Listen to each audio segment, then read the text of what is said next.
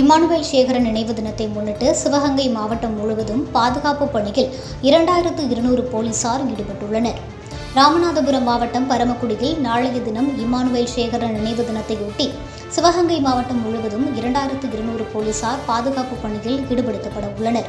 நாளை பரமக்குடியில் இமானுவேல் சேகரன் நினைவு தினம் அனுசரிக்கப்படுகிறது. இதில் அஞ்சலி செலுத்த பரமக்குடி செல்பவர்களுக்கு பல்வேறு கட்டுப்பாடுகள் விதிக்கப்பட்டுள்ளன. சொந்த வாகனங்களில் மட்டுமே செல்ல வேண்டும். சுற்றுலா, தனியார் வாடகை வாகனங்களுக்கு அனுமதி இல்லை. பொது அமைதியை குலைக்கும் வகையில் ஃபிளக்ஸ் வைக்கக்கூடாது. அனுமதிக்கப்பட்ட வழித்தடங்களில் மட்டுமே செல்ல வேண்டும்.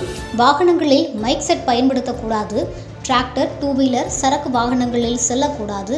ஒவ்வொரு வாகனத்திலும் காவல்துறை அனுமதி அட்டை ஒட்டப்பட்டிருக்க வேண்டும். வாகனங்களில் பேனர்கள், கொடி மற்றும் கம்புகள் கட்டி செல்லக்கூடாது. பதிவு செய்யப்பட்ட அரசியல் கட்சித் தலைவர் மற்றும் அவர்களுடன் 3 வாகனத்துடன் செல்ல அனுமதிக்கப்படும் என்பது உள்ளிட்ட பல்வேறு விதிமுறைகள் போலீசாரால் அறிவிக்கப்பட்டுள்ளன. வாடகை வாகனங்களில் செல்லக்கூடாது என அறிவிக்கப்பட்டுள்ளதால் செக்போஸ்டிலேயே வாகனங்கள் சொந்தமானதா, வாடகை வாகனமா என ஆன்லைன் மூலம் பரிசோதனை நடத்த திட்டமிடப்பட்டுள்ளது.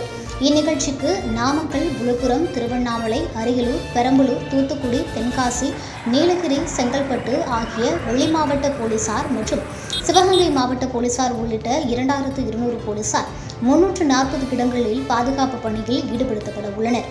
மாவட்ட எஸ்பி சிவபிரசாத் தலைமையில் மேலும் ஒரு எஸ்பி, 6 ஏடிஎஸ்பி, 20 ஏஎஸ்பி, டிஎஸ்பிக்கள், 70 இன்ஸ்பெக்டர்கள் பாதுகாப்பு பணியை கண்காணிக்க உள்ளனர். மாவட்டம் முழுவதும் 6 ஆன்லைன் செக் போஸ்ட் உட்பட 32 வீடியோ கேமராவுடன் கூடிய 16 செக் போஸ்டுகள் அமைக்கப்பட்டுள்ளன.